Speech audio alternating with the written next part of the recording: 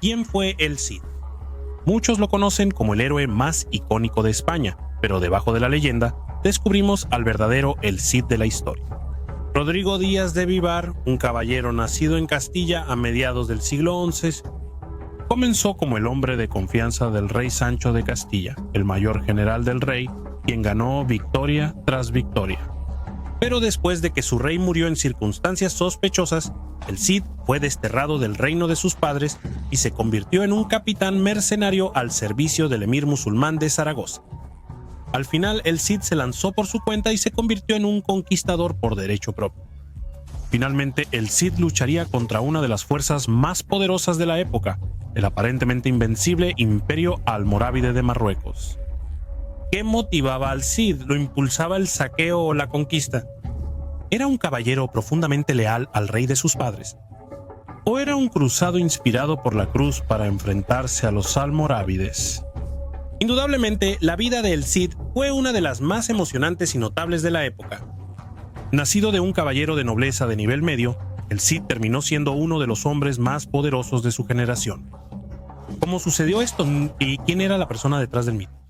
El Cid, el Compiador, Rodrigo Díaz, el Caballero de Vivar. En este documental examinaremos las fuentes primarias para ir más allá de las leyendas y profundizar en la verdadera historia de el Cid. Exploraremos tanto a los cronistas cristianos como musulmanes que presenciaron las hazañas del Cid y veremos qué tenían que decir sobre su vida y época. Acompáñanos hoy en Historia Real de las Cruzadas para la vida de el Cid. Enero de 1097. El Cid está acampado con un pequeño ejército en Birn. Actualmente están rodeados. Un enorme ejército almorávide los ha seguido a lo largo de la costa este de España y ahora está posicionado en terreno elevado, bloqueando su camino. Mientras tanto, desde el mar, los barcos almorávides lanzan flechas al campamento cristiano, acorralándolos. Entre los hombres de el Cid hay un ambiente sombrío. ¿Cómo pueden derrotar a este enorme ejército almorávide? Sin embargo, Rodrigo Díaz, el Cid, no se desanima. Cabalgando entre sus filas, pronuncia el siguiente discurso. Escúchenme, mis queridos y más cercanos compañeros. Sean fuertes y poderosos en la batalla. Manténganse firmes. Deben ser intrépidos. No teman al número de enemigos. Hoy nuestro Señor Jesucristo los entregará en nuestras manos y en nuestro poder. Y así, liderando a sus caballeros, el Cid cabalga hacia la batalla, superado en número pero lleno de coraje. Manténganse en sintonía para conocer el resultado y la historia completa.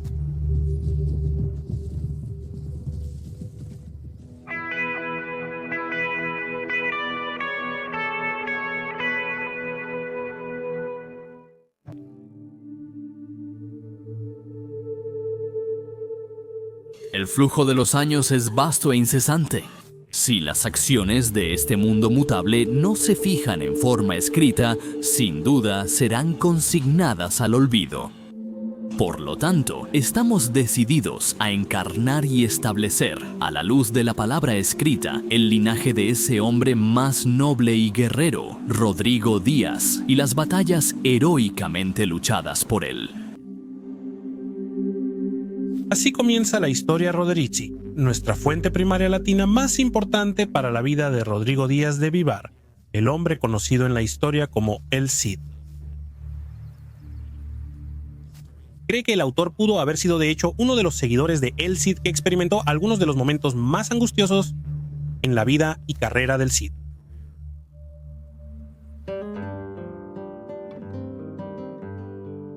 Alrededor del año 1043 d.C., en el pueblo de Vivar, a unas 6 millas al norte de Burgos, en el reino español cristiano de Castilla, nació un niño a Diego Lainez, un caballero de distinguido linaje castellano. La madre del bebé, cuyo nombre se nos ha perdido, era hija de Rodrigo Álvarez, también un hombre de rango caballeresco, por quien el niño fue nombrado. Nuestro primer escrito sobre el Cid, el poema latino Carmen Campi Doctoris, dice que proviene de una familia más noble. Es la más antigua de Castilla. El historiador Richard Fletcher dice que esta fraseología era en realidad una forma cortés de indicar que Rodrigo no pertenecía a los rangos más altos de la aristocracia.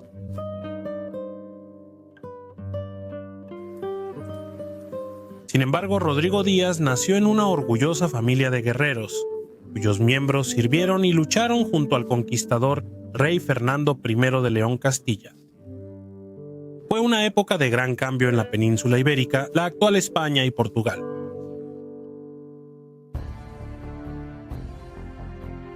Fernando fue el primer rey cristiano en España desde los visigodos en gobernar como una potencia mayor. Previamente, los gobernantes musulmanes de España habían dominado por completo la península. Desde su magnífica capital de Córdoba, los califas omeyas habían gobernado la mayor parte de la España y Portugal modernas, con los pequeños estados cristianos de León, Navarra, Aragón y Barcelona aferrándose a la vida en el extremo norte. Sin embargo, en 1031 el califato de Córdoba se desmoronó, dividiéndose en pequeños reinos moros en competencia, llamados taifas, los más importantes de los cuales estaban centrados en Zaragoza, Toledo, Badajoz, Sevilla, Córdoba, Valencia y Granada. Los reinos cristianos del norte ahora intensificaron su expansión, especialmente bajo Fernando I, quien, como gobernante de Galicia, León y Castilla, emergió como el rey más poderoso de la península.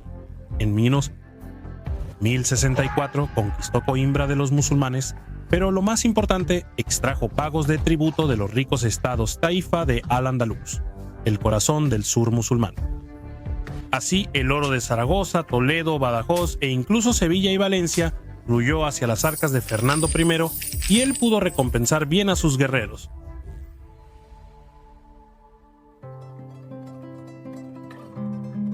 En esta enérgica corte del rey Fernando I creció el joven Rodrigo Díaz, donde fue compañero de armas del hijo mayor del rey, Sancho, heredero de Castilla. El territorio fronterizo de Castilla estaba a la vanguardia de la expansión cristiana. Al igual que el resto del norte cristiano, Castilla carecía de las opulentas y ricas ciudades de la España musulmana, con sus extensos distritos llenos de alimentos gourmet, prendas de seda caras, lujosos jardines de placer, y poetas y eruditos. Pero Castilla era una región resistente y robusta, llena de rebaños de ganado, mercados de pueblo y jóvenes caballeros buscando hacer fortuna. El Cid, más que cualquier otro hombre, llegaría a personificar al guerrero errante pisándole los talones al destino. Fue en el hogar del príncipe Sancho de Castilla, donde el adolescente Rodrigo se hizo un nombre por primera vez. Aquí, Sancho lo protegió con el cinturón de caballería en la ceremonia más importante para un joven guerrero castellano. Esta fue la culminación de la formación que Sancho y Rodrigo comenzaron de niños, aprendiendo a cuidar caballos de guerra, armas y armaduras, así como los fundamentos del combate. Sancho, Rodrigo y sus compañeros siguieron mejorando sus destrezas como jinetes, aprendiendo a ir a atacar, retirarse, reagruparse y actuar en conjunto. Se volvieron hermanos de armas y una unidad eficaz en combate. También estudiaron derecho para aprender a gobernar, juzgar casos y gestionar asuntos estatales. Rodrigo ganó fama desde joven por su destreza en la batalla. Oímos de él derrotando en combate singular a un caballero navarro llamado Jimeno Garces, así como a un guerrero musulmán de Medina Kelly.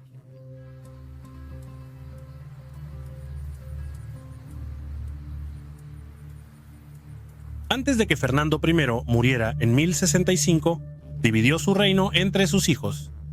Su hijo del medio, Alfonso, se convirtió en Alfonso VI, rey de León, mientras que Sancho se convirtió en rey de Castilla. Está claro que el recién coronado rey castellano había llegado a depender en gran medida de su caballero de Vivar, ya que Sancho nombró a Rodrigo su alférez, comandante de sus fuerzas armadas. Este fue un alto honor para un caballero de una familia de nivel medio y puede haber provocado envidia entre algunos de los miembros más bien nacidos de la corte. Como alférez, Rodrigo llevaría la espada, lanza y escudo del rey durante las ceremonias. Supervisaba las tropas de la casa del rey, el núcleo del ejército real. Era responsabilidad de Rodrigo reclutar, entrenar y supervisar a esta banda a menudo indisciplinada de jóvenes guerreros. También actuó como el principal asesor militar del rey Sancho. Indudablemente, él era el hombre de confianza del rey. Posiblemente en este periodo Rodrigo obtuvo el primero de sus legendarios títulos Campi Doctus, o en la forma romántica Campeador.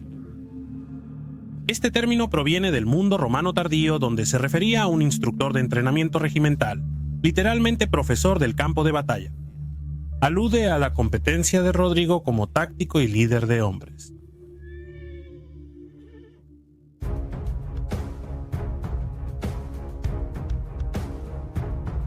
La tensión siempre estaba latente entre los reyes hermanos, Sancho y Alfonso VI, quienes resentían compartir el reino de su padre. Pero cuando su madre, la reina Sancha, murió en 1067, esa tensión estalló en una guerra abierta. Como comandante de las fuerzas armadas de Sancho, Rodrigo mismo lideró a los castellanos contra el rey Alfonso VI de León. En cada turno, Sancho y Rodrigo tenían la ventaja, derrotando a Alfonso en la batalla de Llantara en 1068 y la batalla de Golpejera en 1072. En esta segunda batalla, el rey Alfonso fue capturado. Sancho ahora tomó la corona de León, y así Castilla y León se unieron una vez más. Alfonso fue liberado y se exilió en la corte del gobernante musulmán Al-Mamun, Taifa el emir de Toledo.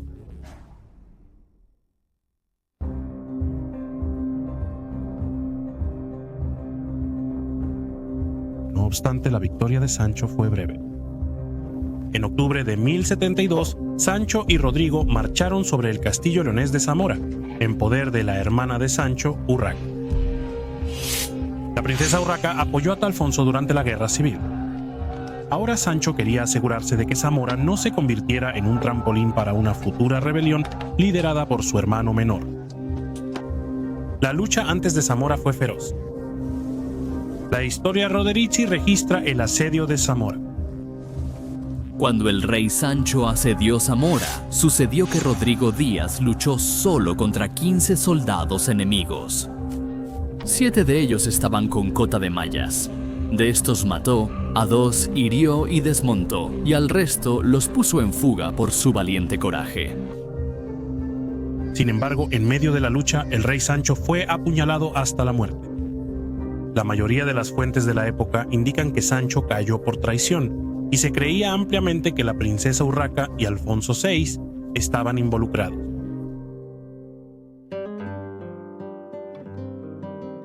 Pero no había pruebas. La sospecha parece haber sido mayor entre el círculo íntimo de Sancho, liderado por el propio Rodrigo. Sin embargo, Alfonso VI era ahora el heredero indiscutible. Viajó a la ciudad real de León, donde fue coronado rey de todo el reino de León Castilla. Más tarde, la leyenda cuenta que Rodrigo insistió en que Alfonso jurara sobre la Biblia que no había estado involucrado en la muerte del rey Sancho. Pero las fuentes originales no dicen nada de esto. La historia Roderici registra al rey. Alfonso lo recibió con honor como su vasallo y lo mantuvo en su séquito con un afecto muy respetuoso. El rey le dio a una de sus parientes como esposa, la señora Ximena, hija del conde Diego de Oviedo. De hecho, Alfonso VI organizó un matrimonio prestigioso para Rodrigo. Desde la perspectiva de Alfonso, esto ayudó a unir diferentes partes de su reino y ayudó a establecer buena voluntad entre el séquito de su difunto hermano. El matrimonio es una señal de que Alfonso deseaba fomentar un lugar en su corte para Rodrigo, a pesar de su tormentosa historia. Seguramente Alfonso tenía uso de un hombre tan capaz como el campeador.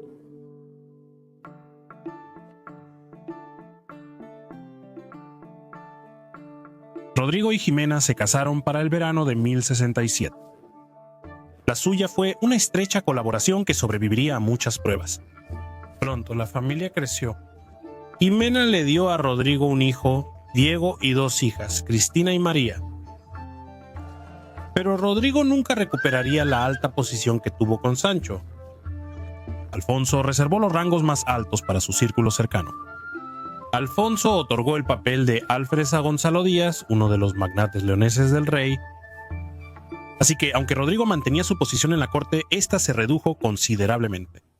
Y uno se pregunta si Alfonso albergaba cierto resentimiento hacia el hombre que lo había derrotado 2 veces en el campo de batalla durante los años de guerra civil.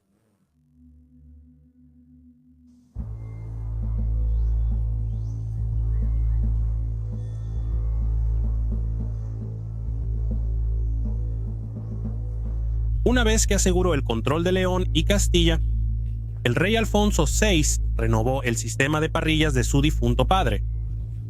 La extracción de pagos de tributo de los estados taifa musulmanes de las regiones moras de España, es decir, al-Ándalus. En algunas circunstancias, los propios gobernantes musulmanes buscaron protección de Alfonso. Al-Mamun, el gobernante musulmán de Toledo, que una vez dio refugio a Alfonso, murió en 1075 y su nieto, Al-Qadir, se convirtió en emir. Pero Al-Qadir era un gobernante débil, y ciertas facciones entre la nobleza musulmana de Toledo conspiraron su muerte. Al-Qadir buscó ayuda del rey Alfonso, quien accedió a asegurar el régimen del emir en Toledo a cambio de nuevos pagos de tributo y la rendición de los castillos fronterizos de Zorita, Ruega y Canales.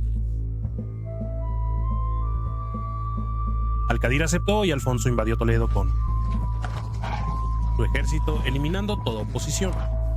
Al-Qadir estaba seguro en su trono por ahora. El hecho de que Al-Qadir debía su poder a los cristianos no aumentó su popularidad entre los moros de Toledo. Alfonso VI ocupó a sus caballeros recaudando tributos de los adinerados estados taifa musulmanes. En aquel momento, las ciudades más ricas de España estaban en manos moras y los emires mantenían cortes suntuosas. El emir de Badajoz, un hombre tranquilo que patrocinaba a los poetas, tenía un arroyo que fluía a través de su palacio. En los banquetes, deliciosos manjares flotaban en platos dorados desde la cocina para deleitar a los invitados. El reino más rudo y resistente de Alfonso no contenía tal finura, pero su ejército era el mejor de España, y mientras extraía tributo de los emires taifa, planeaba eventualmente anexar sus brillantes ciudades. En 1079, Alfonso envió a Rodrigo Díaz en una misión típica de recolección de tributos a Sevilla, por el emir Al-Mutamid. Aquí, Rodrigo se enteró de que el vecino y enemigo de Al-Mutamid, Abd Allah, emir de Granada, había lanzado un ejército para invadir Sevilla.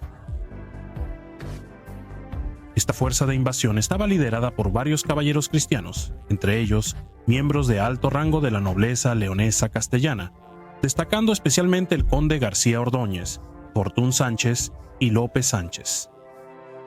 El estatus de estos caballeros cristianos liderando el ejército de Abdala es debatido por los historiadores. Bernard Riley cree que el conde García Ordóñez estaba en exilio en ese momento y estaba sirviendo como capitán mercenario para Abdala. Richard Fletcher cree que el conde García estaba liderando una embajada para el rey Alfonso para recolectar pagos de tributo de Granada.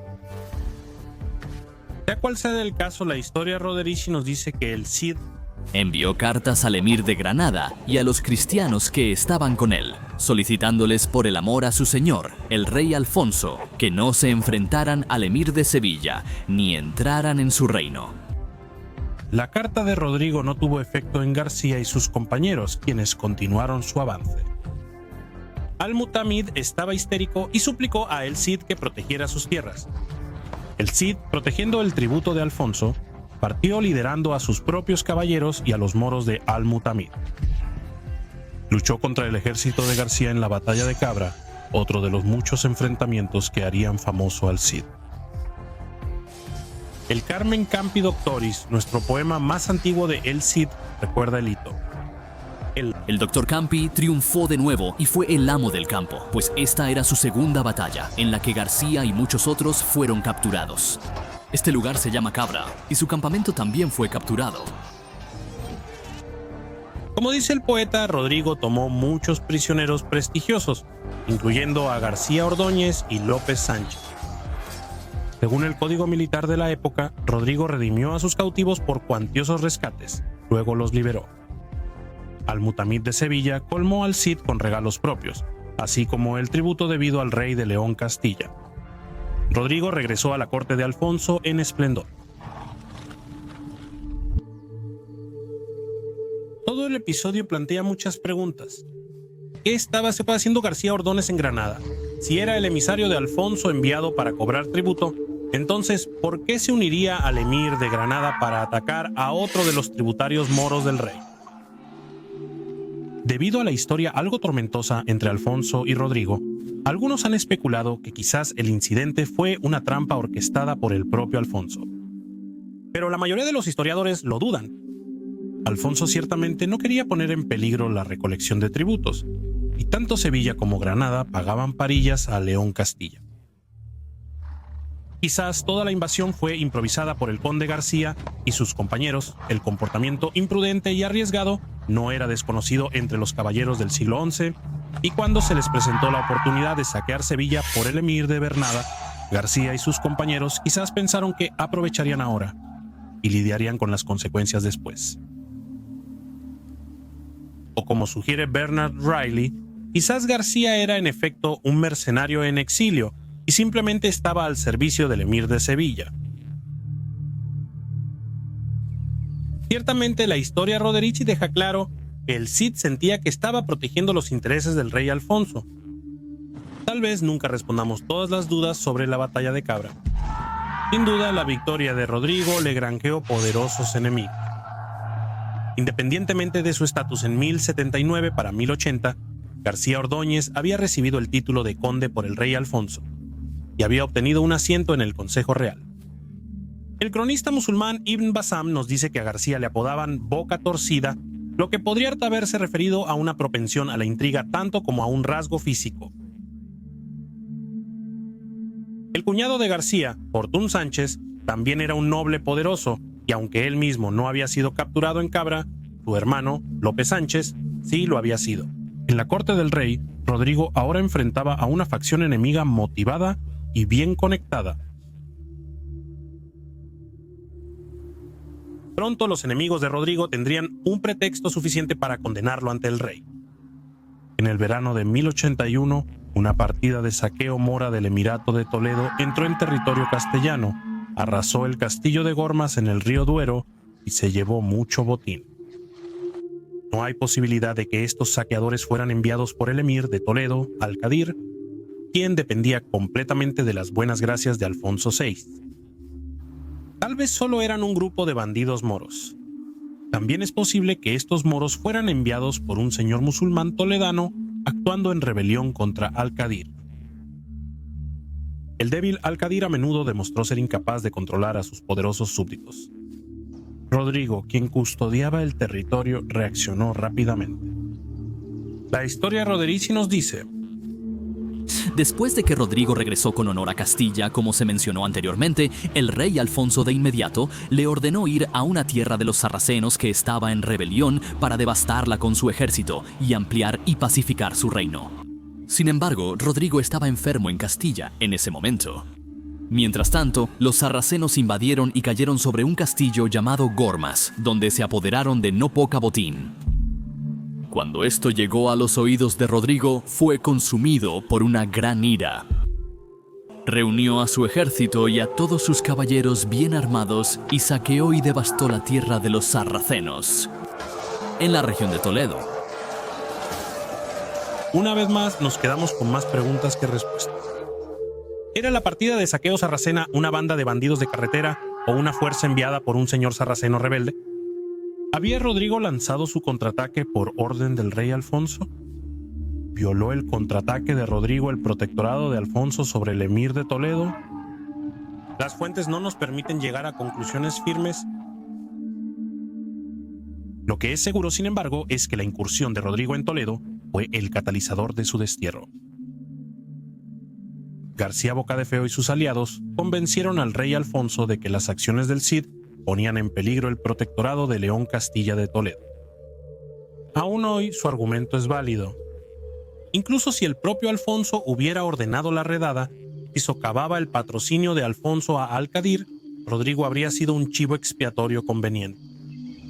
Quizás Alfonso había ordenado la redada y Rodrigo se había excedido. Quizás Rodrigo había actuado sin el consentimiento del rey en absoluto. En cualquier caso, el resultado no cambió. Alfonso desterró a el Cid de León Castilla.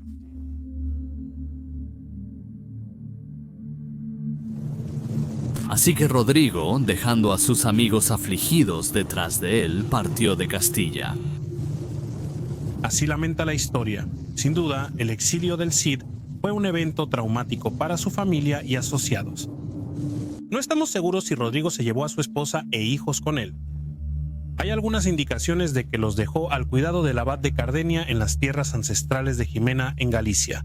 Eso no era raro que los nobles exiliados dejaran a sus mujeres e hijos en la seguridad y comodidad de una casa monástica, especialmente dada la incertidumbre de lo que le esperaba a Rodrigo. Es notable que un grupo sustancial de hombres siguiera a el Cid al exilio. Muchos de estos hombres habrían sido los antiguos hermanos de guerra de Rodrigo, caballeros castellanos que habían luchado a su lado bajo el rey Sancho. Otros habrían sido compañeros más recientes, posiblemente incluso moros. Este era el círculo íntimo del Cid, su propia banda de guerra personal, hombres que habían jurado lealtad a él, que lo admiraban como líder y se sentían seguros de que él les proporcionaría la victoria y el botín. Que estos hombres estuvieran dispuestos a seguir a Rodrigo en la incertidumbre del exilio dice mucho.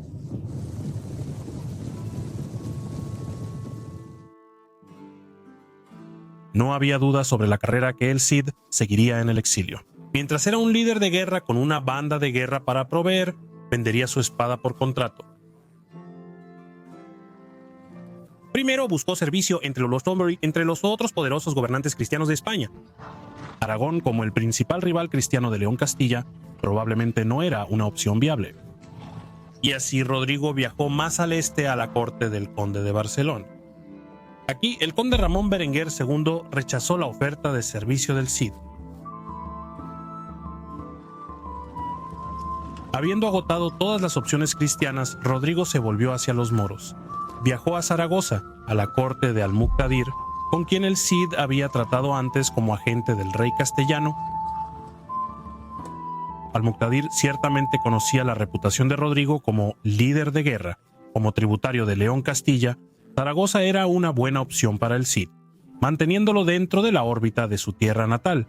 Al-Muqtadir recibió a Rodrigo con honor, aceptó su oferta y lo colmó de regalos. El Cid ahora era un capitán mercenario para un príncipe moro. El emir Al-Muqtadir era un hombre cultivado que se interesaba en la astrología, la geometría y la filosofía. Construyó 2 magníficos palacios en Zaragoza, uno de los cuales sobrevive, y nos permite vislumbrar la espléndida corte donde el Cid pasó su exilio. En 1081, cuando llegó el Cid, el anciano emir estaba en mal estado de salud y dividió su reino entre sus 2 hijos. En 1082, Al-Muqtadir murió y su hijo Yusuf al-Mutamin se convirtió en gobernante de la mitad occidental del reino, con Zaragoza como su capital.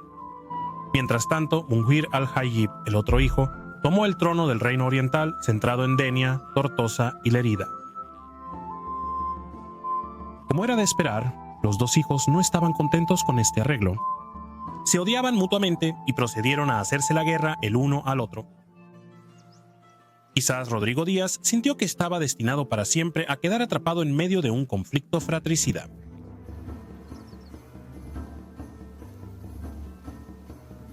Al-Mutamin, el nuevo emir de Zaragoza, fue rápido en renovar el acuerdo de su padre con Rodrigo Díaz. Puso al Cid al mando de su ejército y le encargó destruir a su hermano Al-Haib. Mientras tanto, Al-Haib reclutó a su propio aliado cristiano.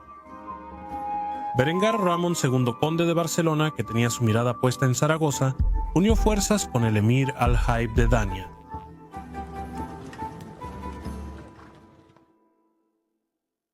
El día del juicio pronto llegó. El conde de Barcelona y Al-Haib lideraron una invasión conjunta del territorio zaragozano a través de las montañas del noreste, exactamente el territorio defendido por el Cid. Con un gran ejército, la coalición Barcelona-Denia asedió la fortaleza montañosa de Almanar, que Rodrigo había reformado recientemente. El Cid intentó negociar al principio, pero Al-Haib se negó. Sin otra opción, Rodrigo avanzó con su ejército. Se produjo una batalla. Los detalles del enfrentamiento se nos han perdido, pero el Cid ganó una victoria espectacular. Como de costumbre, la confianza de sus seguidores combinada con su competencia como comandantes dio dividendo. Una vez más, el Cid tomó prisioneros prestigiosos, entre ellos el propio conde de Barcelona.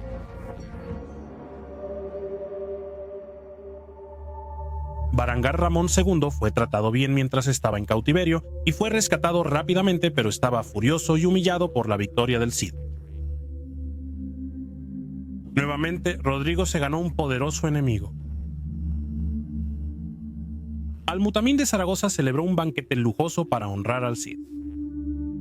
El Cid se convirtió en el hombre de confianza de Al-Mutamín. Por su dura campaña en las montañas del noreste, los caballeros de Rodrigo fueron agasajados con regalos de plata y oro. Una vez más, la competencia de Rodrigo Díaz lo había hecho indispensable para un rey.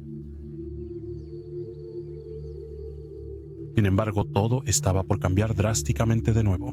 Un nuevo jugador estaba a punto de entrar en escena, los almorávides, una poderosa dinastía bereber que gobernaba gran parte del norte de África.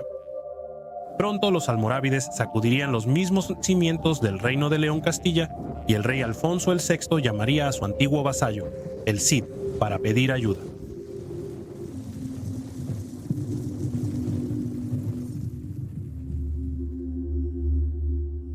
Antes de continuar con la historia de El Cid, necesitamos observar dos eventos clave que impactaron su vida: la conquista cristiana de Toledo en 1085 y la batalla de Sagrajas en 1086, en la que Alfonso VI se enfrentó a los poderosos almorávides de Marruecos.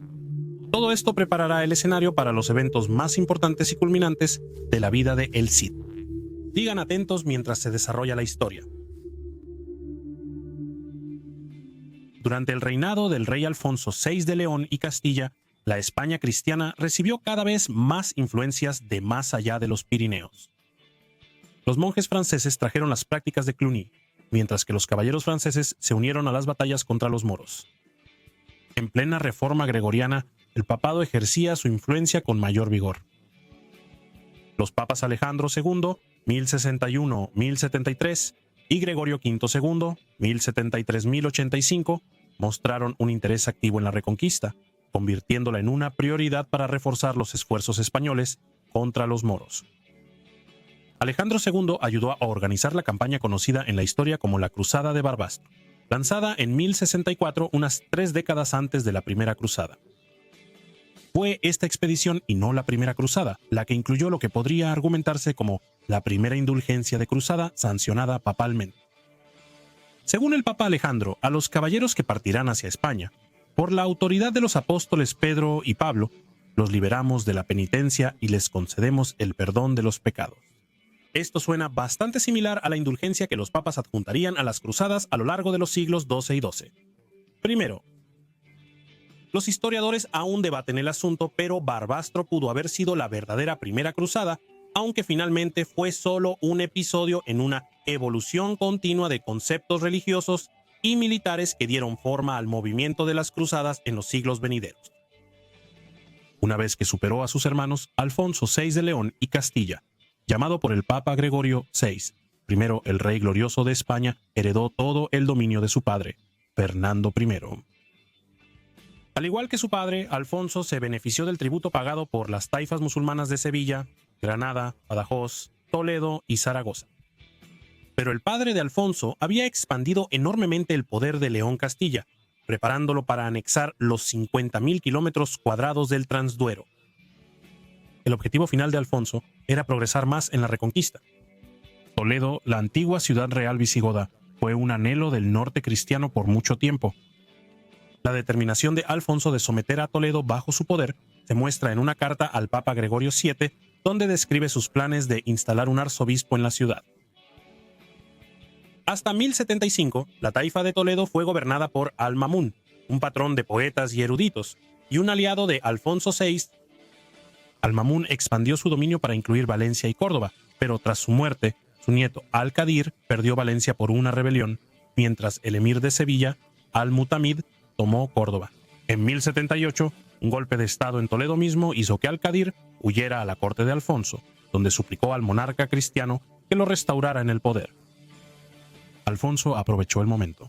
Movilizando sus tropas hacia el sur, tomó control de las fortalezas alrededor de Toledo. En el trono de Toledo colocó a Al-Qadir, quien a su vez pagó un enorme tributo a León Castilla.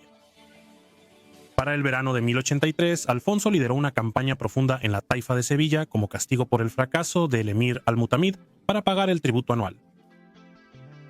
Alfonso, con gran fuerza, dirigió a su ejército en una marcha profunda por Al-Andalus, devastando el campo. En Tarifa, el monarca cristiano llegó a la punta sur de la península, donde montó su semental en la espuma, gritando: «Este es el verdadero fin de España, y he puesto pie en él».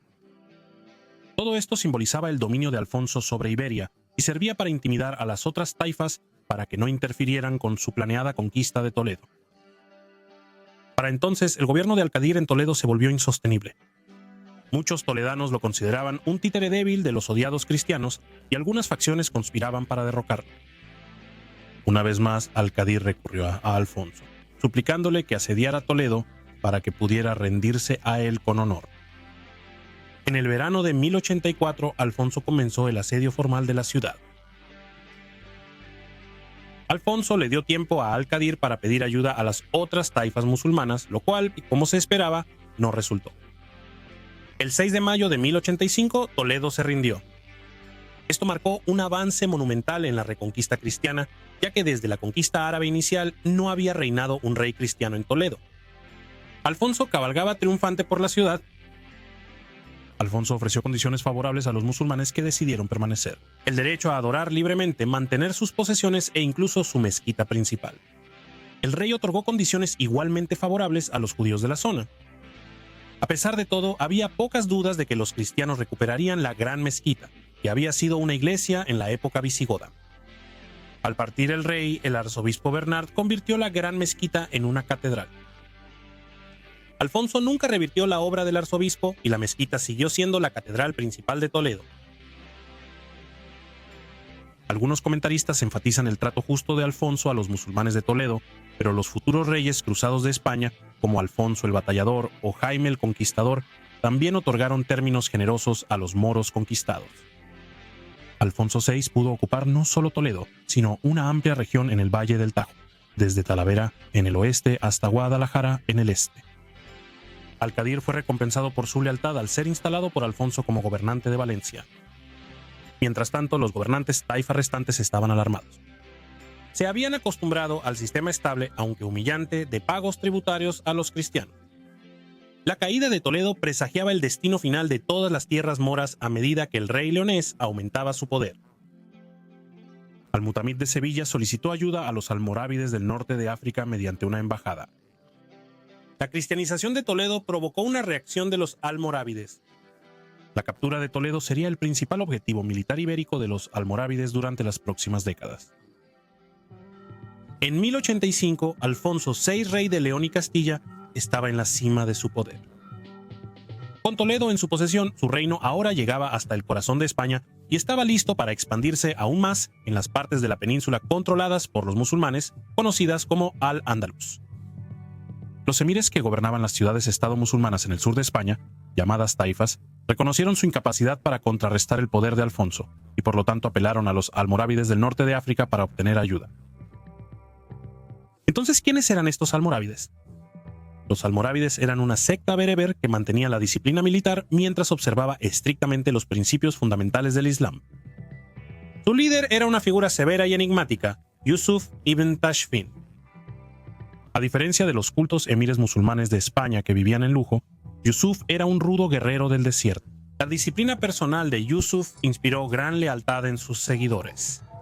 Bajo su liderazgo, los almorávides conquistaron Marruecos y el oeste de Argelia, dominando gran parte del norte africano. Yusuf y sus hombres rechazaron la riqueza y el lujo que creían habían corrompido las ciudades musulmanas de la época, e insistieron en vestirse de manera simple.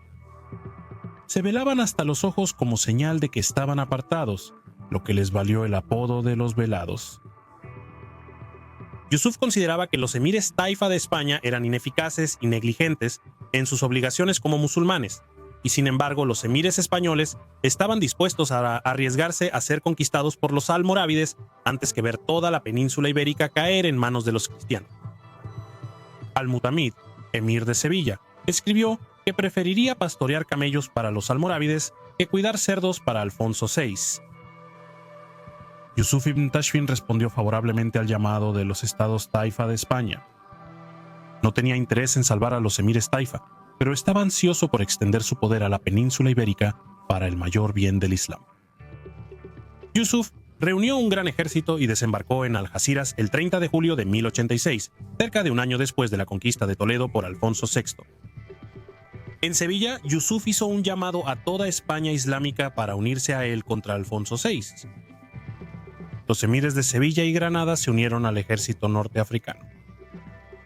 La coalición musulmana ahora marchaba sobre Badajoz. La prioridad de Yusuf era expulsar a los cristianos de Toledo. Mientras tanto, Alfonso VI sitiaba Zaragoza, la ciudad taifa musulmana más septentrional. Cuando recibió noticias de la invasión almorávide, Alfonso abandonó el asedio y reunió a sus fuerzas. Envió una petición de ayuda a Sancho I, rey de Aragón, quien envió un contingente aragonés. Al inicio del otoño, los cristianos se dirigieron al sur para frenar el avance almorávide.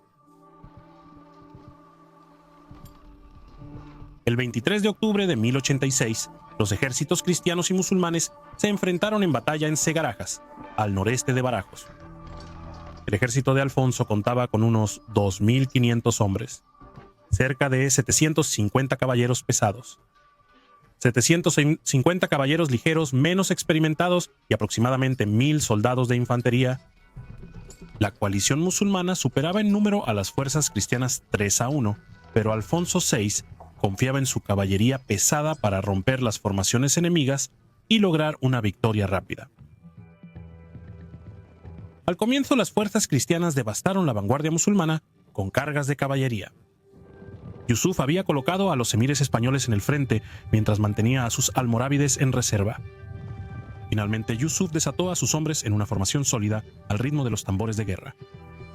La caballería cristiana, exhausta tras la batalla, empezó a retroceder ante la presión enemiga. Alfonso se dio cuenta de que las tropas musulmanas invadían su campamento y su ejército corría el riesgo de ser rodeado por el enemigo, que los superaba en número. El rey Alfonso ordenó una retirada que derivó en una marcha de combate hasta el anochecer, mientras las tropas cristianas se replegaban. Durante la batalla, Alfonso fue herido en la pantorrilla, dejando una cicatriz ósea que sería descubierta por investigadores 9 siglos después. El ejército cristiano se retiró a Coria, a unos 125 kilómetros al noreste, y luego a Toledo, donde Alfonso preparó la ciudad para un posible asedio. Y sin embargo, a pesar de este triunfo, Yusuf no pudo conquistar Toledo, ni ningún territorio cristiano. Alfonso VI todavía estaba en una posición fuerte y organizó una sólida defensa de Toledo. Los almorávides también habían sufrido muchas bajas, y Yusuf no parece haber tenido el número suficiente para contemplar un ataque a Toledo. En cambio, se retiró velozmente a África del Norte. Después de la victoria musulmana en Sagraz, los valientes emires de Taifa se negaron a continuar sus pagos de tributo a Alfonso. Mientras tanto, Alfonso se enfocó en reforzar sus defensas. Apeló a Francia en busca de ayuda, el duque de Borgoña y Raymond. Cuarto conde de Toulouse, un futuro líder de la Primera Cruzada, respondió. Alfonso, a sus 50 años, era un hombre viejo. Para su gran tristeza, aún no tenía un hijo para heredar su reino. Por lo tanto, Alfonso organizó el matrimonio de su hija, la princesa Urraca, con el hijo del duque de Borgoña. Al mismo tiempo, Alfonso recibió homenaje del rey Sancho de Aragón, quien prometió ayudar en la defensa de Toledo. De esta manera, Alfonso aseguró importantes relaciones en Francia, mientras unificaba el norte cristiano contra los almorávides. Alfonso también renovó su ofensiva. El caballero El Cid, tras estar exiliado, fue convocado de nuevo al servicio del reino de León Castilla. Alfonso autorizó al Cid a ocupar lo que pudiera tomar de las guerras en el este. El Cid estableció rápidamente el poder en la región de Valencia. Otras fuerzas cristianas saquearon profundamente en el campo andaluz. Los emires españoles, alarmados, volvieron a pedir ayuda a los almorávides. Yusuf ibn Tashfin regresó a Al-Andalus en junio de 1089, pero encontró a los emires taifa reacios a unir fuerzas con él. Al saber que Alfonso VI reunía un ejército, Yusuf regresó de nuevo a Marruecos. El comandante almorávide estaba decidido a subyugar por completo los estados taifa de España a su propio poder. Los emires taifas se habían mostrado como aliados volubles, interesados solo en jugar a los almorávides y a Alfonso VI uno contra el otro. En Al-Ándalus, los juristas musulmanes promovieron la rebelión en apoyo a los almorávides. El poeta Al-Sumaysir escribió una crítica mordaz de los emires taifa.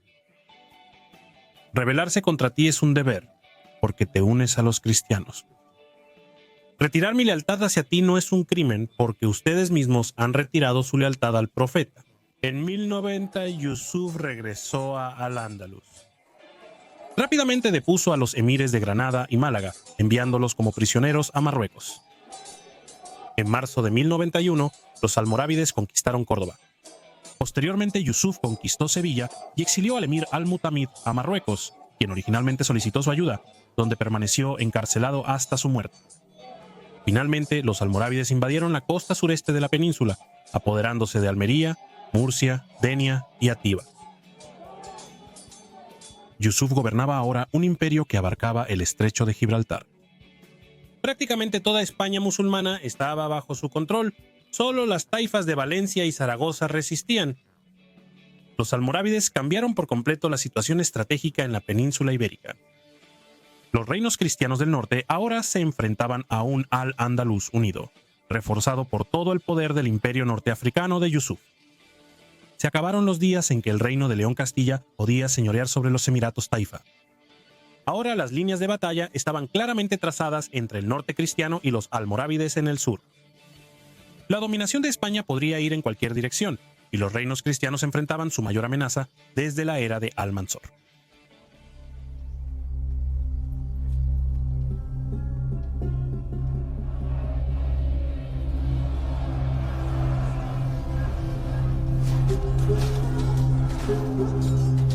La victoria almorávide en Sagrajas en 1086 fue un momento crucial en la historia de la España de la era de la Reconquista. El rey Alfonso VI ya no estaba lidiando con una variedad de pequeños estados musulmanes, militarmente débiles en el sur y el este. Ahora, el imperio almorávide, con sus enormes ejércitos del norte de África, estaba preparado para dominar vastas regiones de la península ibérica. Alfonso VI sufrió una derrota, pero su reino se mantuvo intacto. Los almorávides no le habían quitado ningún territorio sustancial. Pero el rey sabía que los almorávides querían Toledo, y la llegada de otra fuerza invasora podría abrumar la frontera de Toledo. Dada la situación, Alfonso llamó a su antiguo general Rodrigo Díaz el Conquistador, el Cid.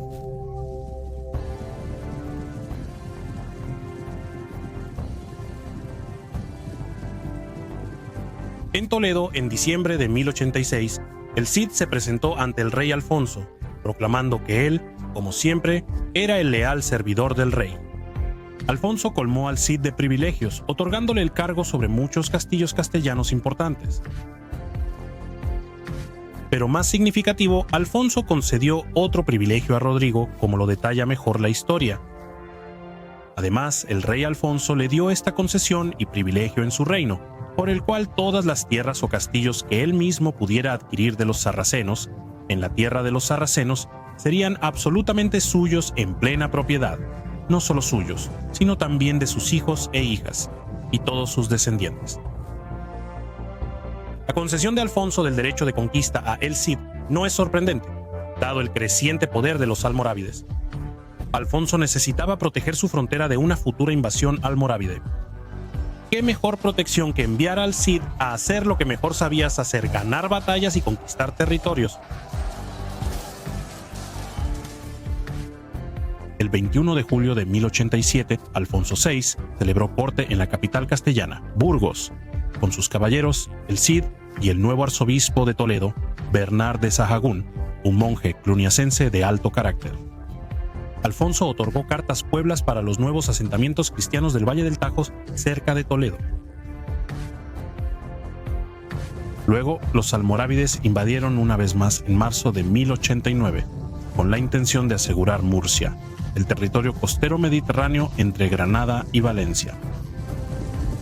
Esto alarmó a Al-Qadir, emir de Valencia, quien pidió ayuda a el Cid.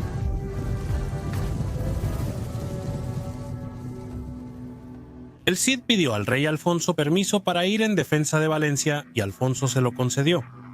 Liderando a 7.000 hombres, el Cid marchó hacia el este, devolviendo el campo al dominio de Alfonso en el camino. Finalmente, el Cid aseguró Valencia para el títere moro de Castiel. En Murcia, Yusuf ibn Tashfin puso sitio al importante castillo fronterizo de Aledo, que estaba defendido por una fuerte guarnición castellana liderada por García Jiménez. Desde Castilla, Alfonso reunió a su ejército y emprendió el largo viaje para aliviar Aledo. El rey pidió a el Cid que viniera desde Valencia para unirse a él. El Cid obedeció, conduciendo rápido a través de las montañas para asistir a su rey. Pero antes de que la cita se concretara, los almorávides se retiraron. Nunca desperdiciando una oportunidad para difamar al Cid, los enemigos de Rodrigo en la corte de Alfonso insistieron en que el compiador no había acudido cuando fue convocado. El hecho de que Alfonso estuviera dispuesto a entretener tales acusaciones es bastante sorprendente. Rodrigo defendió su reputación, señalando sus años de servicio leal. Sin embargo, Alfonso volvió a desterrar a Rodrigo. El rey incluso encarceló brevemente a la esposa del Cid y a sus hijos, antes de permitirles reunirse con Rodrigo. Uno se pregunta si ahora, ya que la amenaza almorávide parecía algo disminuida, el rey estaba ansioso por deshacerse de nuevo del compiador.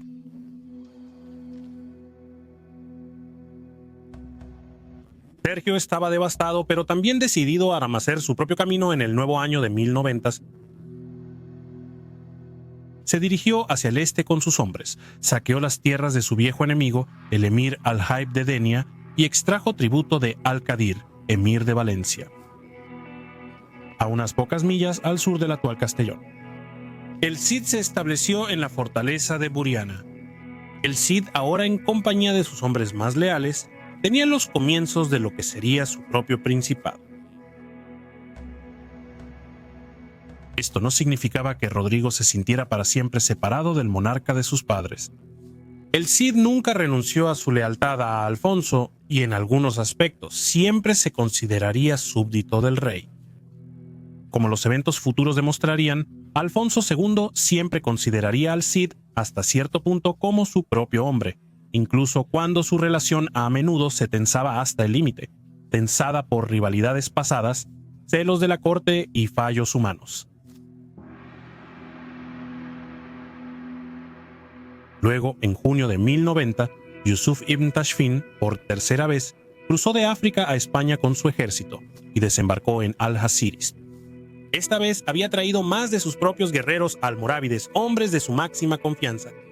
Yusuf sitió Toledo de inmediato, pero Alfonso VI defendió la ciudad. Cuando los aragoneses llegaron bajo su rey Sancho para ayudar a los castellanos, los almorávides se retiraron. Toledo fue preservado. Yusuf ahora decidió consolidar su poder en la España musulmana, apoderándose de todos los reinos taifa musulmanes en la península y gobernándolos directamente. Los gobernantes almorávides consideraban a los reyes taifa como traidores que no ofrecían resistencia real. Alfonso VI. Uno tras otro, Yusuf llevó a su ejército a los estados taifa, apoderándose de sus gobernantes e instalando a sus propias tropas en las ciudades en las ciudades capitales. En septiembre arrestó a Abdalá y tomó Granada. Se apoderó de Málaga y Almería. Córdoba cayó ante los almorávides en marzo, y para septiembre de 1091, la propia Sevilla estaba bajo la autoridad de Yusuf ibn Tashfin. De los territorios gobernados por musulmanes en España, solo Badajoz, Zaragoza y Valencia permanecieron independientes de los almorávides. Yusuf sabía que Valencia era crucial. Valencia realmente no estaba controlada por Al-Qadir, sino por el Cid. Después de tomar Valencia, Yusuf podría fácilmente apoderarse de Zaragoza y del pequeño reino cristiano de Aragón, y luego empujar al rey Alfonso VI de vuelta al borde noroeste de la península ibérica, donde Pelayo y los otros primeros oponentes cristianos de los moros habían sido confinados. Alfonso VI observó estos desarrollos con alarma. El rey acudió nuevamente a Rodrigo. Esta vez, la esposa del rey, la reina Constanza, envió cartas a el Cid, pidiendo su ayuda. Rodrigo respondió nuevamente al llamado. El Cid se unió al ejército de Alfonso en Martos, mientras éste intentaba desalojar a los almorávides de Granada. esta sería la última vez que Alfonso y el Cid harían campaña juntos. La campaña resultó infructuosa ya que los almorávides se negaron a ofrecer batalla. El ejército cristiano se retiró. Alfonso se negó a levantar el destierro del Cid. En particular, el rey estaba enfadado porque Rodrigo estaba cobrando tributo de Valencia, que por tradición había pertenecido a León Castilla. Para Navidad de 1091, el rey castellano estaba de vuelta en Toledo, mientras que el Cid regresó a la L.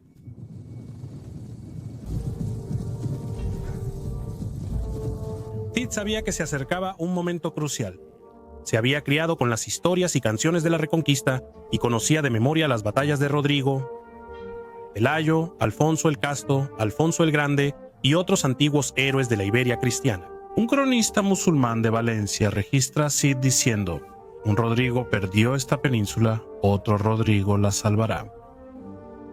Después de la Navidad de 1091, el Cid formalizó una alianza con el emir de Zaragoza, quien estaba ansioso por evitar el destino de otros reyes moros conquistados por los almorávides. Rodrigo también estableció una alianza con el rey Sancho de Aragón y su hijo Pedro. Durante todo el año 1092, los almorávides continuaron su avance implacable por el sureste de España. Dirigidos por uno de los hijos de Yusuf, los almorávides tomaron Murcia en la primavera, luego Aledo y para finales del verano y otoño, Denia, Atíba y Alcira. Esto los acercó a solo 22 millas de Valencia misma. Mientras tanto, dentro de Valencia, el avance de los almorávides provocó una crisis política. Ibn Yahaf, un noble pro-almorávide adinerado, lideró una revuelta contra el títere de El Cid, Al-Qadir. Los rebeldes de Ibn Yahaf tomaron rápidamente la ciudad. Al-Qadir se disfrazó de mujer e intentó escabullirse de Valencia, solo para ser apresado y capturado por los rebeldes que le cortaron la cabeza. Ibn Yahaf ahora gobernaba Valencia y estaba ansioso por recibir una guarnición almorávide. El Cid recibió noticias de la caída de Valencia al mismo tiempo que escuchó que Alfonso VI había sido derrotado nuevamente en batalla por los almorávides en Jaén. Fue un momento sombrío para Rodrigo, quien reconoció que los almorávides ahora tenían una muy buena oportunidad de tomar toda Valencia. El Cid recordó más tarde que en esta hora desesperada tenía poco más que su caballo, su espada y 4 panes de pan. El Cid rápidamente sitió y capturó el castillo de Cebolla, que custodiaba el camino sur hacia Valencia. Aquí se le unieron fugitivos moros de Valencia, que habían sido leales a Al-Qadir. Fortificando fuertemente Cebolla, el Cid envió una carta a Valencia exigiendo que Ibn Yahaf le entregara la ciudad. Ibn Yahaf respondió que intercedería con los almorávides en nombre de Rodrigo, pidiendo que se le mostrara misericordia. La respuesta del Cid fue un juramento solemne de recapturar Valencia.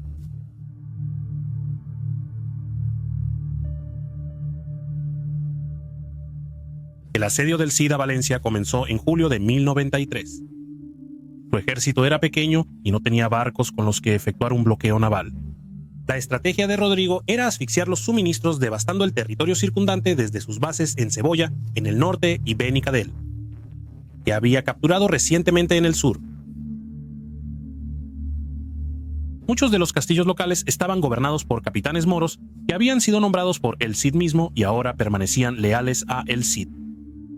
El Cid perdonó muchas tierras agrícolas locales para mantener la lealtad de los campesinos. Esto funcionó y los hombres de Rodrigo tuvieron suficiente comida. Mientras tanto, los almorávides se distraían en el occidente de Al-Ándalus, ocupados en someter al poderoso emirato de Badajoz. Parece que Yusuf subestimó la amenaza de Rodrigo para Valencia. Para 1094, la situación en Valencia era desesperada. La hambruna asoló a la población. Para mayo, Ibn Yahaf desesperó de cualquier alivio de un ejército almorávide y envió un mensajero a el Cid anunciando su rendición. El jueves 15 de junio de 1094, el Cid entró en Valencia como su conquistador. Con sus caballeros entró al palacio y lo tomó como su residencia. Luego, la esposa de Rodrigo, Jimena, junto con su hijo Diego, y sus hijas Cristina y María, se unieron a él en la ciudadela de Valencia. Un poeta posterior describió con vívidos detalles la escena en la que el Cid y su esposa e hijos subieron a la alta torre de la ciudadela mirando hacia el mar y las hermosas tierras de cultivo en el campo circundante. La visión del poeta no estaría lejos de la realidad. Valencia era de hecho una ciudad real, el corazón de uno de los distritos más antiguos y prósperos de España. Para el Cid y su familia fue el triunfo supremo.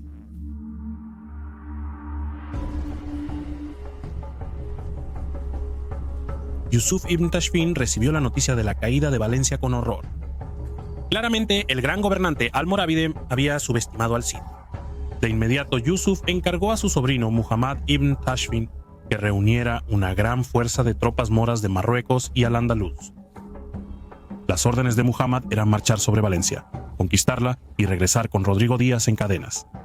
Yusuf quería ver al Cid arrojado ante sus pies, vivo.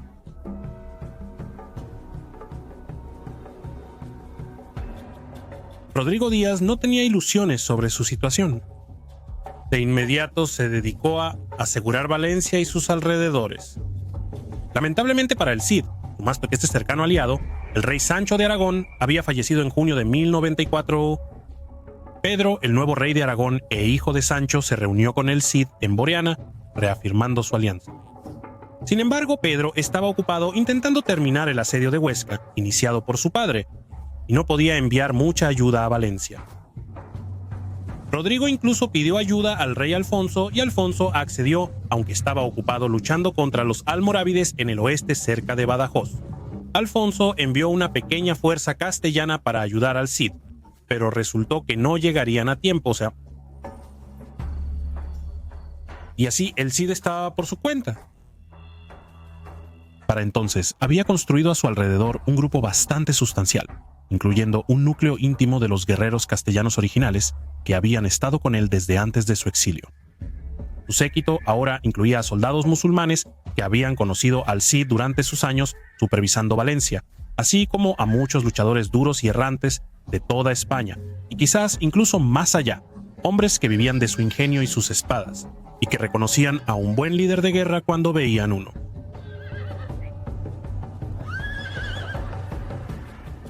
Los informes seguían llegando a Valencia sobre el acercamiento del ejército almorávide, que era notablemente grande durante este periodo. Los almorávides, que poseían vastas tierras en el norte de África, así como casi toda España musulmana, podían sentir los ejércitos más grandes de la región. Sin duda, la pequeña y variopinta fuerza del Cid estaba enormemente superada en número por este ejército que se acercaba bajo Muhammad ibn Tashfin, aunque no estamos seguros de cuánto. Muhammad estaba seguro de que Rodrigo Díaz, el arrogante señor de la guerra local, no podía ofrecer una resistencia efectiva. La tensión era palpable en Valencia. Rodrigo, desconfiando de los moriscos locales, expulsó a muchos hombres en edad de luchar. Sus hombres confiscaron armas y herramientas de hierro. A fines de octubre, el ejército almorávide se desplegó frente a los muros de Valencia en una llanura llamada Cuarte. Esta enorme fuerza debió haber sido una vista sobria para los hombres del Cid, mirando desde las murallas de Valencia. Poetas posteriores imaginaron a la familia del Cid aterrada por los tambores almorávides. El autor de la historia Rotariki relata la escena con una vivacidad que indica que pudo haber sido testigo presencial. El ejército almorávide sitió Valencia durante 10 días y noches. Todos los días solían rodear la ciudad, gritando y vociferando con un estruendo variopinto de voces y llenando el aire con sus bramidos, y a menudo solían disparar flechas a las tiendas y viviendas de Rodrigo y sus soldados. Pero Rodrigo, siempre valiente de corazón, confortaba y fortalecía a sus tropas de manera viril, y constantemente rezaba devotamente al Señor Jesucristo para que enviara ayuda divina a su pueblo. El cronista musulmán Ibn al-Kamah nos proporciona el detalle más completo sobre el curso de la batalla y el plan de batalla del Cid. Rodrigo dividió su ejército en dos. Despachó la primera desde la entrada principal. Pensando que Rodrigo mismo lideraba esta división, los almorávides enfrentaron el ataque con toda su fuerza. Sin embargo, Rodrigo no estaba con esta primera fuerza. En cambio, el Compiador lideró una segunda fuerza más grande a través de una puerta menor de la ciudad. Luego se movió sin ser visto a una posición detrás del campamento almorávide. Mientras los almorávides luchaban con la primera división del ejército del Cid, él mismo asaltó el campamento de Muhammad. La repentina aparición de una segunda caballería cristiana, devastando y propagando el caos detrás de las líneas almorávides, provocó confusión entre las filas de Muhammad.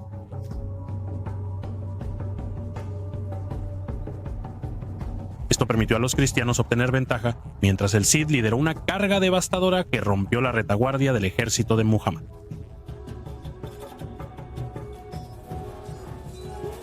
El pánico se propagó entre los almorávides y muchos soldados moros empezaron a huir. Esto resultó en una derrota total, con los caballeros del Cid persiguiendo y derrotando a los dispersos Amen. El ejército de Muhammad tuvo numerosas bajas. Rodrigo perdió pocos hombres, capturó el campamento almorávide lleno de tesoros. Una vez más, los hombres del Cid se encontraron ganando una victoria improbable, y una vez más, su recompensa fueron riquezas inmensas: oro, plata, textiles, caballos, mulas y armas. El Cid había ganado una gran victoria sobre los almorávides en la batalla de Cuarta. La noticia del triunfo se propagó por España y el extranjero. Incluso un escribano aragonés fechó una carta en el año en que los almorávides llegaron a Valencia y Rodrigo Díaz los derrotó y tomó prisioneras a todas sus tropas. La batalla de Cuarta fue la primera derrota en el campo de batalla que sufrieron los almorávides. Fue un gran impulso moral para los cristianos de España, quienes anteriormente temían que los almorávides fueran invencibles. Yusuf ibn Tashfin quedó atónito ante las noticias de la batalla de Cuarta. Apenas podía creer que el vasto y espléndido ejército de su sobrino hubiera sido destruido por este renegado castellano, el Cid. Juró destruir a este problemático cristiano y poner Valencia bajo el dominio almorávide. Una vez derrotados los almorávides, el Cid trató duramente a los moros que le desafiaron en Valencia. No mostró piedad hacia Ibn Yahaf, a quien quemó vivo. Se apoderó de toda la riqueza de la facción de Ibn Yahaf y la utilizó para reforzar las defensas de su principado, sabiendo que pronto sería atacado nuevamente por Yusuf ibn Tashfin.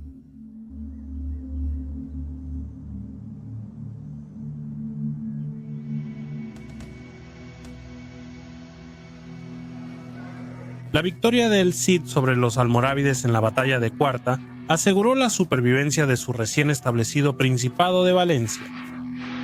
También fue un respiro para el reino de León Castilla bajo Alfonso VI. Claramente, Yusuf ibn Tashfin quería someter todo el territorio que rodeaba el dominio de Alfonso VI. Yusuf había conquistado casi toda Al-Andalus. Valencia era lo único que se interponía en su camino. Si Valencia hubiera caído, Zaragoza también habría sucumbido pronto. Y luego, el reino de Aragón habría estado amenazado. En ese punto, León y Castilla podrían haber estado rodeados. Sin embargo, la posición del Cid era precaria. Sus territorios eran pequeños y existían en el corazón de la España musulmana. Tenía una buena relación con el emir de Zaragoza, pero eso podría haber cambiado fácilmente, especialmente si Zaragoza sentía el poder total de los almorávides en su puerta. Rodrigo sabía bien que tenía que actuar rápidamente para asegurar su posición. El rey Alfonso VI de León Castilla parece haber reconocido el papel crucial que el Cid jugó en la lucha contra los almorávides. Después de Cuarte, el hijo y heredero del Cid, Diego, viajó a Castilla para servir en el ejército del rey Alfonso.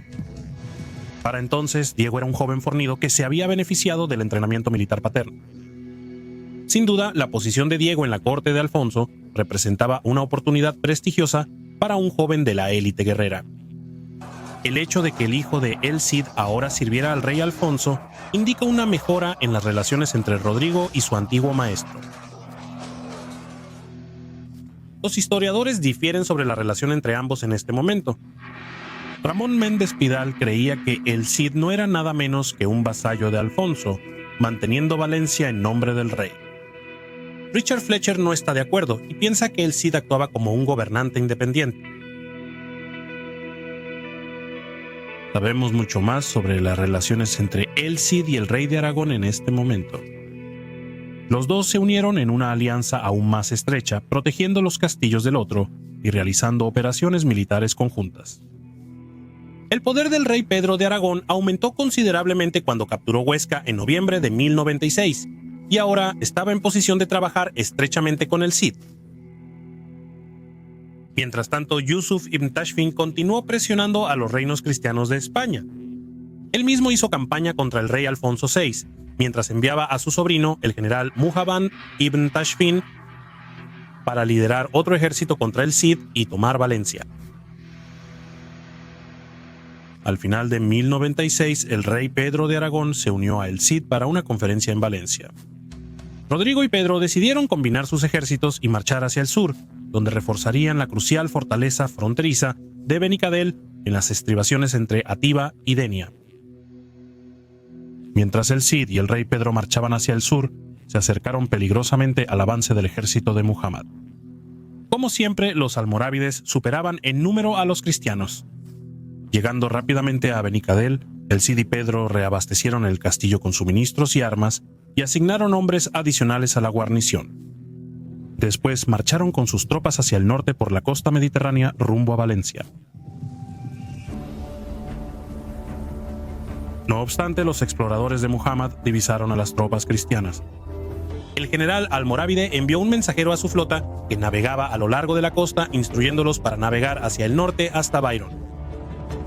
Luego, Muhammad avanzó rápidamente con su ejército.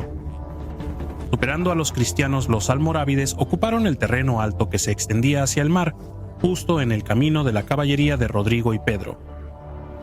Muhammad había posicionado sus fuerzas brillantemente. El Cid y sus aliados estaban superados en número y rodeados. Las flechas de los barcos almorávides alcanzaban a los cristianos en la costa, mientras los jinetes almorávides amenazaban con cargar desde la dirección opuesta. El miedo se extendió entre las tropas cristianas, pero el Cid cabalgó en sus filas, instándolos a luchar con valentía. Era enero de 1097. La historia Rotariki registra las palabras del Cid a sus hombres ese día. Escúchenme, mis queridos y más cercanos compañeros. Deben ser fuertes y poderosos en combate. Aférrense con firmeza. Deben ser intrépidos. No teman al número de enemigos. Hoy nuestro Señor Jesucristo los entregará en nuestras manos y en nuestro poder. El Cid y Pedro tomaron un enfoque directo. Una vanguardia de caballeros liderada por él cargó ferozmente contra el ejército almorávide. Como en cuarta, el Cid utilizó los densos números de los almorávides en su contra. Muhammad no esperaba esto, ya que sus tropas fueron sorprendidas por la audacia del ataque. La ferocidad de la carga inicial hizo que la vanguardia almorávide se rompiera. Cuando el resto del ejército almorávide vio a sus compañeros retirándose, el miedo se apoderó y más divisiones comenzaron a romperse. El Cid y Pedro aprovecharon la ventaja, lanzando carga tras carga, destrozando rápidamente el ejército de Muhammad. Tan caótica fue la retirada almorávide que muchos de las tropas de Muhammad se ahogaron en el río. Los cristianos capturaron la totalidad del campamento almorávide.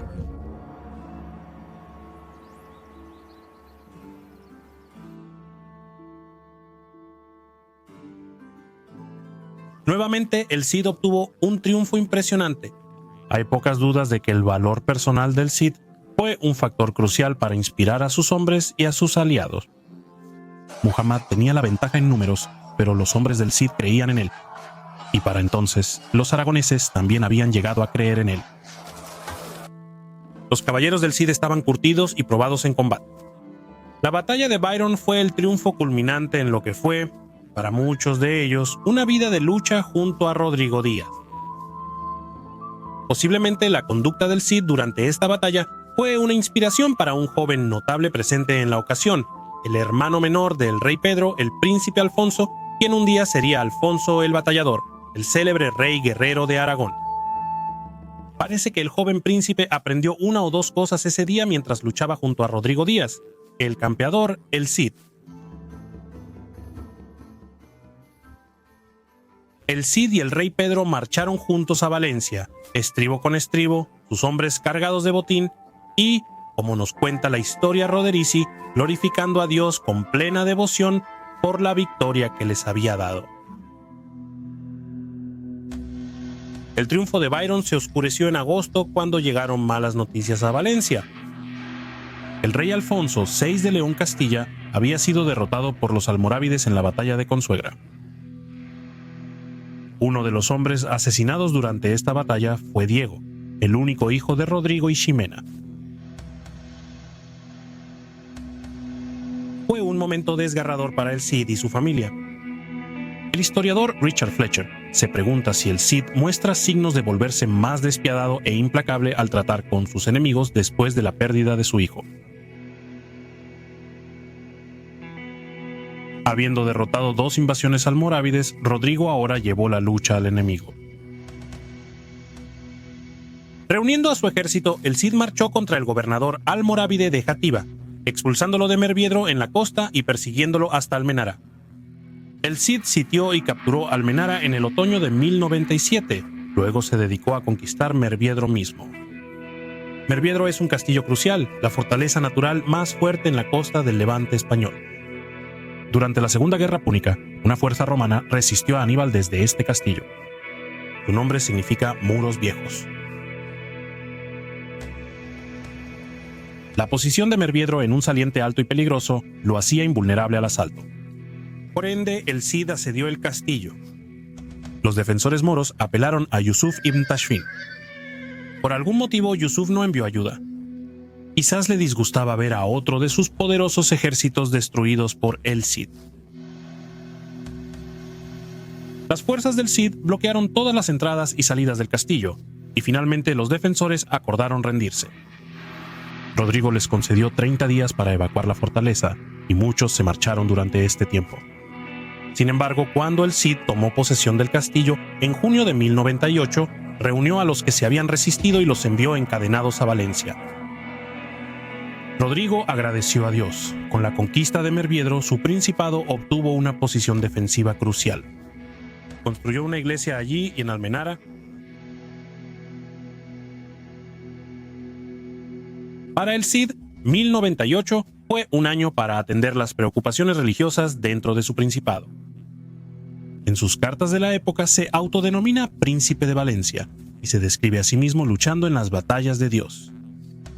Convirtió la gran mezquita de Valencia en una catedral dedicada a Santa María la Virgen, Madre del Redentor. También colaboró con el rey Alfonso y el arzobispo Bernard de Toledo para asegurar un arzobispo para Valencia. Bernard recomendó a Jérôme de Périgord, un monje francés que ya había servido en Toledo. Rodrigo dio la bienvenida a Jérôme en 1098 y colaboró estrechamente con él en la dotación y restauración de la iglesia valenciana. Rodrigo se mostró ansioso por alinearse con el papado y sus últimas reformas.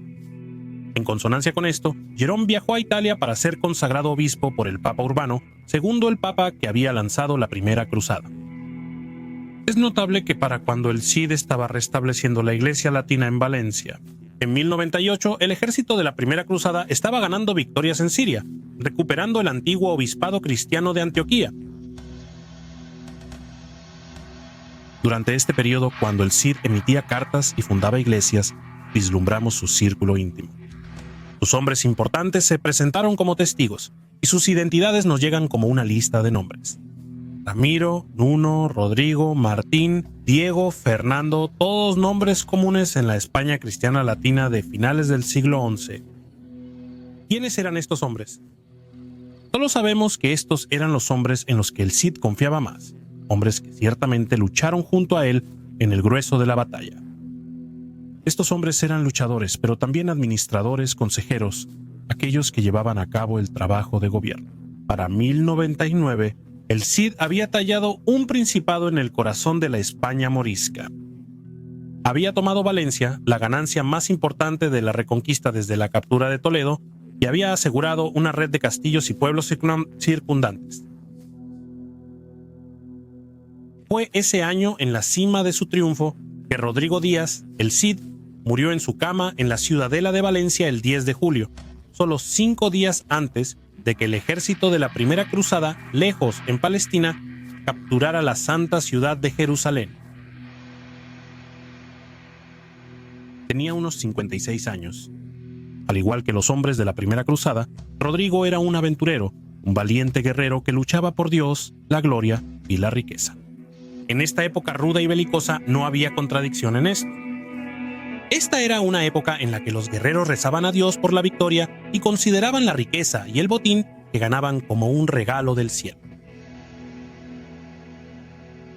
El Cid estaba comprometido tanto con su propio poder como con la causa cristiana. Sus propias cartas lo describen luchando en las batallas de Dios, y la Storia Roderici recuerda sus invocaciones al Señor mientras preparaba a sus hombres para entrar en la refriega. Actualmente a El Cid se le conoce como un caballero de dos mundos, ya que luchaba tanto para gobernantes musulmanes como cristianos. Hay algo de verdad en esto, pero también es razonable describir a El Cid como un protocruzado, un guerrero aventurero que luchó contra los moros y estableció el dominio cristiano en los territorios que conquistó. El Cid pasó algún tiempo como capitán mercenario al servicio del emir de Zaragoza, pero sobre todo se veía a sí mismo como un castellano y como un cristiano. Reverenciaba a Alfonso VI como su soberano, aun cuando éste lo desterró. Lo más notable es que el Cid no dudó en levantar la cruz como símbolo de su gobierno en cada ciudad y castillo que tomó.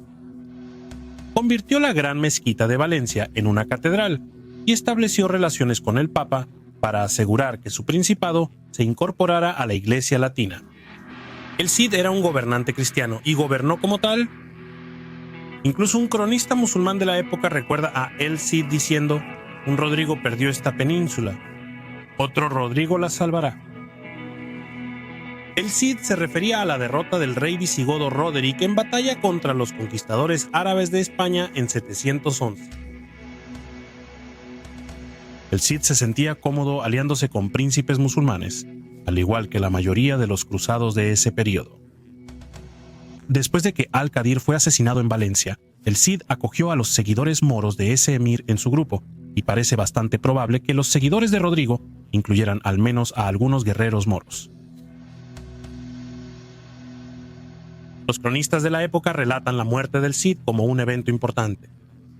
El cronista musulmán Ibn Bassam, quien presenció gran parte de la carrera posterior del Cid, detestaba al hombre y aún así lo elogió de esta manera: "Este hombre, el azote de su tiempo por su apetito de gloria, por la prudente firmeza de su carácter y por su heroica valentía, fue uno de los milagros de Alá". El autor cristiano de la Storia Roderici escribió: "Mientras vivió en este mundo, siempre logró un noble triunfo sobre sus enemigos. Nadie logró derrotarlo jamás". En Poidó, un analista registró para el año 1099, en España, en Valencia, murió el conde Rodrigo. Esto causó gran tristeza a los cristianos y alegría a sus enemigos paganos.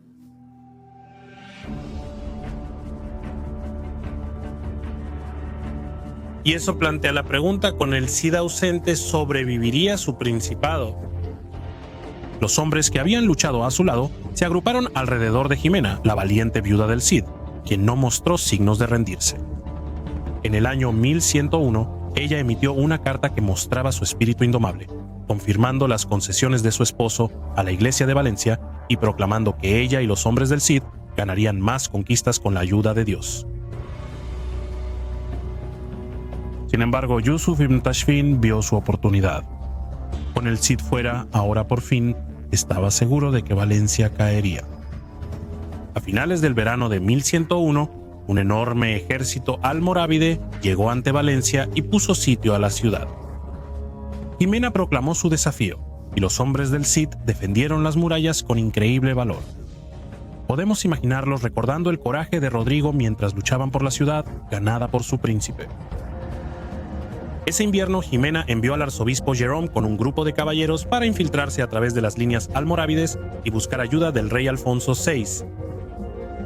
Cuando el arzobispo llegó a Castilla, el rey Alfonso lo recibió y decidió ayudar. Alfonso reunió su ejército y cabalgó hacia Valencia a inicios de 1102. Cuando el rey cristiano se aproximó, los almorávides levantaron el asedio y regresaron a sus tierras.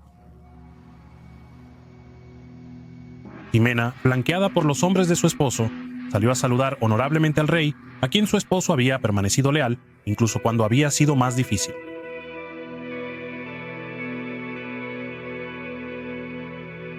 El rey Alfonso VI no siempre había tratado justamente al Cid, pero ahora, con Rodrigo ausente, el rey trató de la manera más honorable el legado de su antiguo general.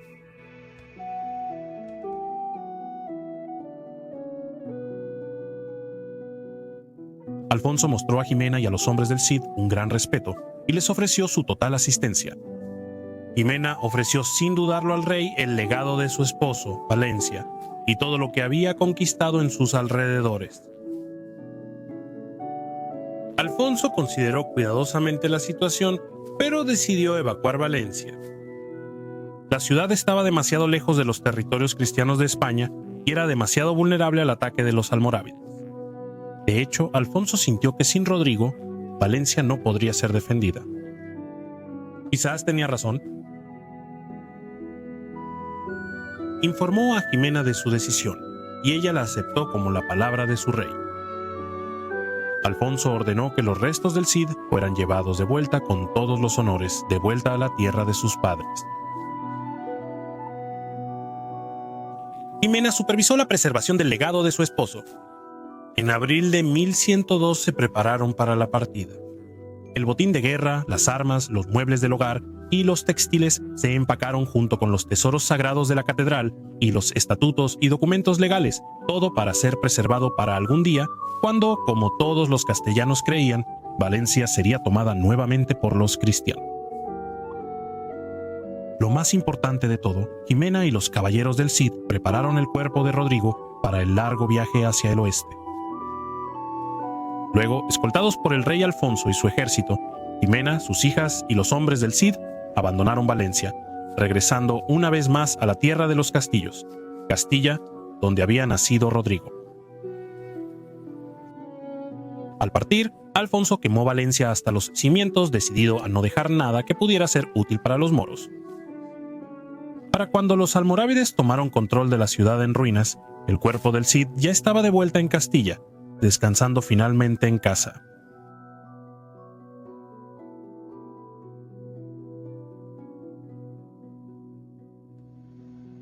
La conquista del Cid resultó efímera, pero su leyenda perduró. En vida se le consideraba un héroe casi sobrehumano, pero tras su muerte su legado solo se engrandeció. El siglo XII fue idealizado no solo en España, sino en toda la cristiandad latina como el caballero perfecto. El hermoso poema épico El Cantar de Mío Cid, que contiene poca historia pero una abundancia de leyenda fantástica, fue recitado y disfrutado en cortes de toda Europa, consagrando al Cid como el ideal caballeresco.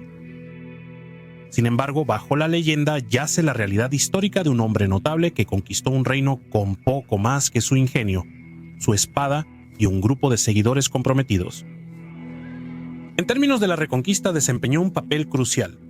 Aunque sus conquistas no perduraron, el Cid se interpuso en el camino de los almorávides en un momento en que Yusuf ibn Tashfin estaba invicto. ¿Y si el Cid no hubiera estado allí? ¿Y si Valencia hubiera sido absorbida inmediatamente por el imperio almorávide? ¿Habría sido León Castilla el siguiente? Quizás el Cid fue el hombre correcto en el momento adecuado, que triunfó el tiempo suficiente para cambiar la historia.